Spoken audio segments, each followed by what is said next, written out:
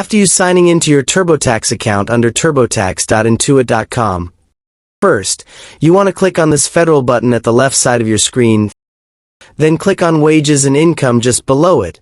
While you hover over your mouse on Wages and Income, you want to choose on Wages and Income Summary, which will take you to this page, and you want to scroll down a bit until you see Self-Employment section. Then click on it and hit on Start button on this page. So just scroll down. Then hit the Yes button. Right here, you may insert your work as Lyft driver or Uber driver as your type of work, if you are working as a driver in one of those companies. But if you work both as a driver for Lyft and also for Uber, you want to insert the other 1099 NECs on different form than this one. So make sure to add it one by one. For example, I'm gonna insert the 1099 NEC for the Uber driver first.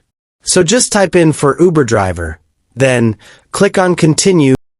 Right here, you may insert your type of work regarding your Form 1099 NEC from Uber. Then, click on Continue button again.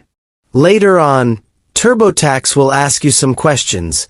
You may answer it according to the work or thing that you do. The only important thing is to answer the question suitably, so TurboTax can help you to filing the taxes. Feel free to skip this step until you reach this window, and you want to choose on Form 1099 NEC, and then hit Continue button. You may start to insert your information from the Form 1099 NEC from Uber that you already received before, so you may have to match on each section that TurboTax asked. For example, if it asked for Box 1A, you may insert what is written on your specific form at the Box 1A. After you are done inserting 1099 NEC for the Uber, you may land on this page. And if you have 1099 NEC from the Lyft too, then you can start to insert your second work. For example, if I want to add my second work as the Lyft driver, I'm going to choose on Yes, and start to the same thing as we did with Uber driver.